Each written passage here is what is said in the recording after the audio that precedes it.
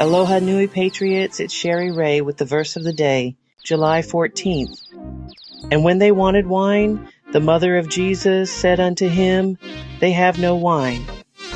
This beginning of miracles did Jesus in Cana of Galilee, and manifested forth his glory, and his disciples believed on him. That's from John chapter 2, verses 3 and 11. The first miracle that Jesus performed in his earthly ministry was the changing of water to wine in the little village of Cana of Galilee.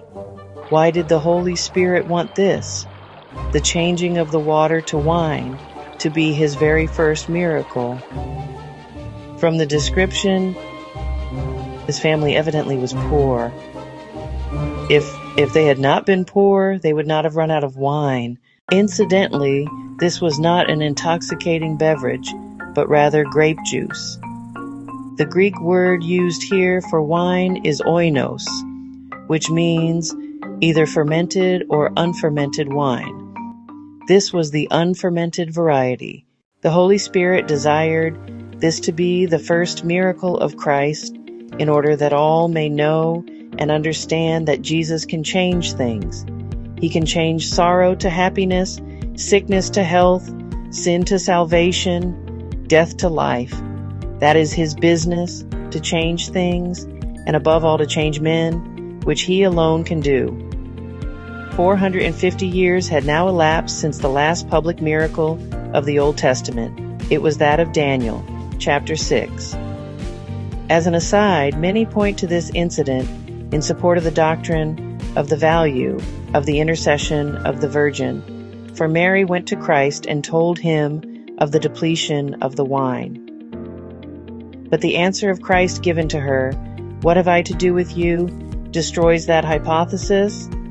The answer to his question is nothing. In every instance, the contrast is between the carnal nature, which is sinful, and the Holy Spirit. The spiritual kingdom has no contact with the carnal. There is an impassable abyss between them. There could therefore be no union between the sinless nature of Christ and the sinful nature of Mary. Nor could he admit her authority. This is declared in the words, "My hour is not yet come."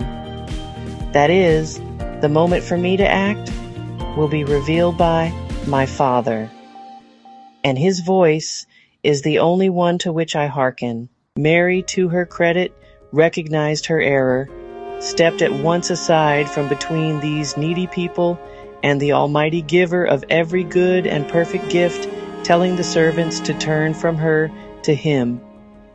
When she was out of the way, he spoke directly to them, and in a moment the water was wine. We learn from this first miracle that Jesus can change things, anything. We also learn that we are to appeal directly to him and not to an intermediary.